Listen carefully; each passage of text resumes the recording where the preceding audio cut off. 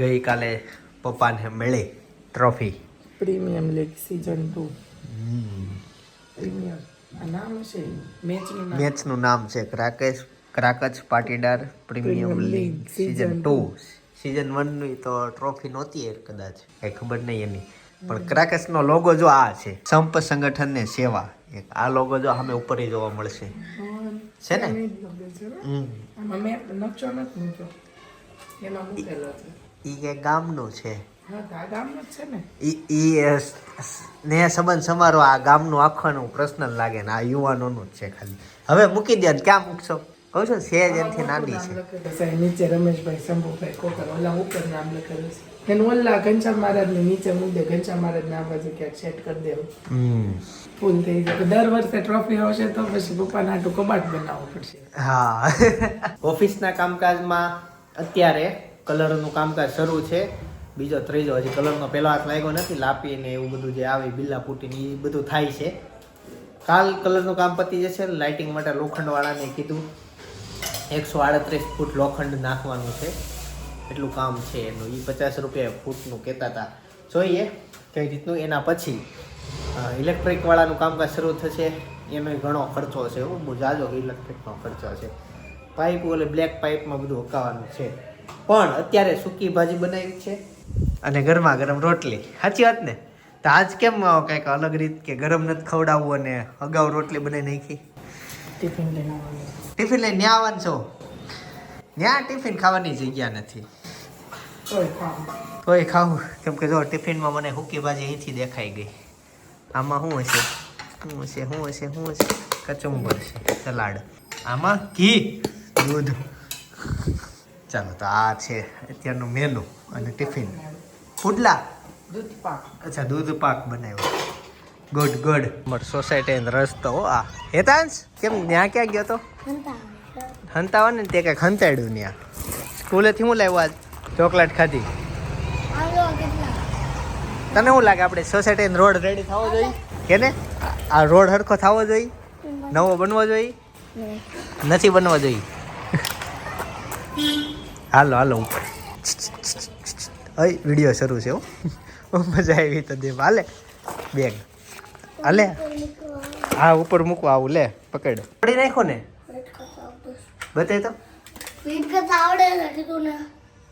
કહી દેવો તા મમ્મીને તોડી નાખો ઈ તો વાંધો નહીં હવે આને છે ને આ તોડી નાખ્યો જો ક્યારનો રિપેર કર એ ક્યારનો કે છે ફિટ કરતા આવડે હું 10 મિનિટ થી અહીંયા ઊભો છું કેવો ખબર આમ જોરથી બાટલો અહીંયા ફસાડ્યો સ્કૂટી જાય તે હું નવો નહીં લઈ દઉં હાલતા રાખ્યું તો હું કીધું તો તે કાલ મારે હાટું હું બનાવજે એમ સીટો થઈ ગયો વાહ હું બનાવવાનું કીધું તે મને કાલ ખીર બનાવી ચા હાલો તો તમારે આવું જ તું તો હું આવ્યો લેવા મને કે ખબર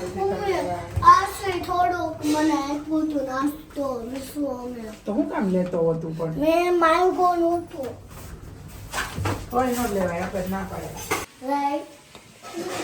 શું આવ્યું કરશું રાઈટિંગ એવું શીખવાડ્યું લેસન આપ્યું કરશું રાઈટિંગ ત્યાં સુધી પોગી ગયો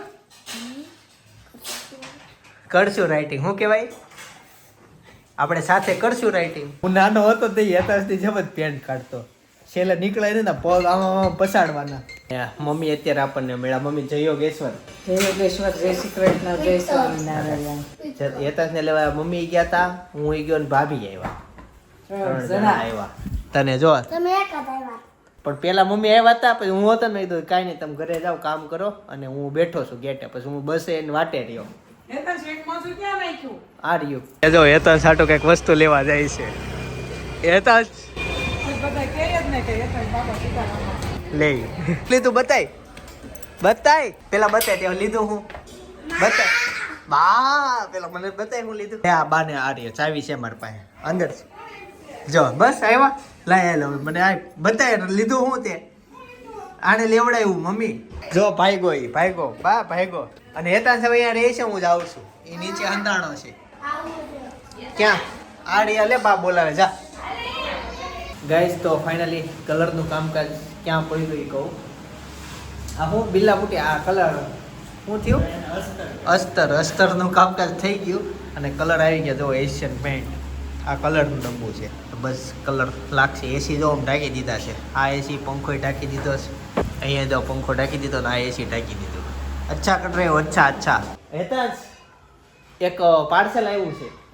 ખબર નહીં હું તાજ ખોલવું છે ઈ? હે જા લઈએ દાદરમાં ખાતો જા. પડ્યું છે દાદરમાં? હે લેતો આય. કોણે મોકલ્યો છે? ખબર નહીં. ચાકુ જોશે તાર પાસે તો હશે નહીં તો રહેવા દે. તો ન ખોલવું કે ચાકુ છે અહીંયાથી તૂટેલું છે. તોય ચાકુ જો હેતા જ આપણે અહીંયા બધું આવે ખાલી ડિમાન્ડ કરે. વાગે નહીં હો. એ ઊંધું છે સામે વાગી જાહે. એ બાપ રે બાપ. લાય હું ખોલ દઉં. બા ખોલ દે. લ્યો તો તમારા હાથ પડી છે. ગેસ શરૂ છે. હવે એ મને નથી ખબર. મારું નામ ઉપર લખ્યું છે અને ઓફિસે આવ્યું હતું. આપણો હાટો જશે ને સબસ્ક્રાઈબર મોકલ્યો છે. ઊંધું કરીને ખોલ. વાંચવું નથી આમ. હા એડ્રેસ લીક થઈ જાય કે નહીં બટા એટલે. લે આ હાથમાં વાગી જાય. એક હાથ આમ. હા બસ અહીંથી ખોલાય એટલે આ થઈ જાય. અહીંયા માર આમ અહીંયાથી કાંઈ. હા બસ જો તું આ નીચેનું તોડશો. બસ થઈ ગયું. ખુલી ગયું. ચાકુ મૂકી દે. કાઢી લે સીધું. શું ચાકુ ભલે રહ્યો હજી ભલે પડ્યું થોડી વાર. વાગે નહીં જોજો. આમ જો બટા અહીંયાથી ખાલી ખૂણો નડે છે. હા લાઈ હા તો વાયરલનું છે બટા. તને ખબર છે એકવાર મીટિંગમાં ગયો તો 8-9 મહિના પહેલાં. એ લોકોએ મોકલું હશે. ત્યાં ફોર્મ ભર્યું હતું ને એનું હશે. જો ચિંતન નામ લખેલું છે. એને હરખું કાઢજે. લાય હું કાઢ દઉં. આવડે છે? આખી ઠેલી કાઢવાની હો. ખોલ ઓલી બાજુ તો રહી જાય છે. કઈ છેલ્લો ટપ ચોટાડેલી છે. ઉભરે એ ઠેલો આવ્યો. પાણીની બોટલ ચોપડો પાકીટ કાર્ડ છે. મમ્મી પાણીની બાટલો આવ્યો.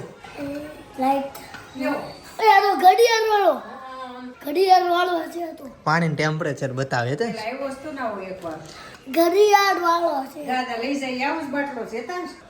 ઘડિયાળ વાળો છે.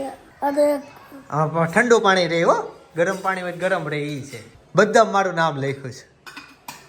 વાંચતા આવડે છે? હે હવે થોડું હોય. એક આવ્યું મને તો ભૂલી ગયો તો હું આ વસ્તુ. સરસ લ્યો. એમ હોય કેમ હોય? હા તે આ પટ્ટો ઉપર લઈ લે. આ લઈ લે ખંભે. હા આમ હોય એમ હોય ને. સારું લ્યો ક્યારેક કામ આવશે આપણને. Okay 1 minute. નામ કોનું લખ્યું છે? તમારું.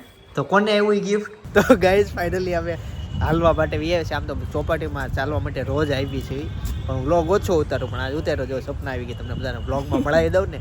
અમે બે તો રોજ સાથે જ હોવી સાંજે પણ વ્લોગમાં નથી આવતી. હા એવું છે કેમ કે અહીંયા અંધારું એટલું હોય. બહુ અંધારું છે બહુ. સાચું કહું તો કહું નહીં હું ક્યારેય પણ કહી દઉં કે અહીંયા થોડાક સ્ટ્રીટ લાઇટની વ્યવસ્થા થતી હોય ને તો કરી દેજો. કેમ કે હજારો પબ્લિક અહીંયા હાલવા આવે છે અને બહુ જ અંધારું છે.